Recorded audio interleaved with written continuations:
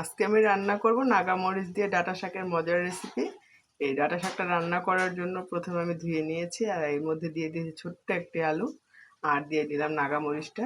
একটু সম্পূর্ণ মরিচ আমি এখানে দিয়ে নিয়েছি আর দিয়ে নিলাম কিছু পেঁয়াজ কুচি আর স্বাদ মতো লবণ দিয়ে এটাকে আমি ভাপে রান্না করে নিব। শাকটা যতক্ষণ পর্যন্ত নরম না হয়ে যায় ততক্ষণ পর্যন্ত আমি রান্না করব। এই পর্যায়ে শাকটা সম্পূর্ণ আমার মজে গিয়েছে। এই পর্যায়ে চামচ দিয়ে আমি একটু নেড়ে দিচ্ছি।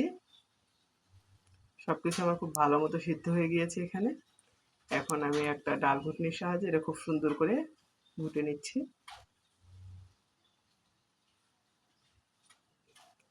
এভাবে যখন ঘুটা সুন্দরভাবে হয়ে যাবে তখন আমি একটা কড়াইয়ের মধ্যে দিয়ে দিব তেল আর কিছু রসুন কুচি আর শুকনো মরিচ।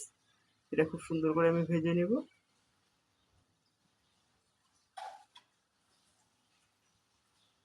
এটা যখন খুব ভালো মতো ভাজা চলে আসবে, কালারটা যখন চেঞ্জ হয়ে যাবে তখন আমি এই পর্যায়ে আগে থেকে সিদ্ধ করে সে শাকটা রেখেছিলাম সেই শাকটা আমি এখানে দিয়ে নিব। এখন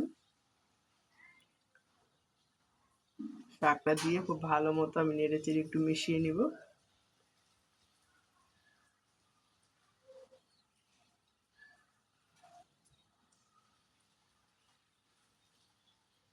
এই তো শাকটা মিশিয়ে নামিয়ে নিলেই তৈরি হয়ে যাবে আবার নাগা মরিচ দিয়ে ডাঁটা শাকের মজার রেসিপি।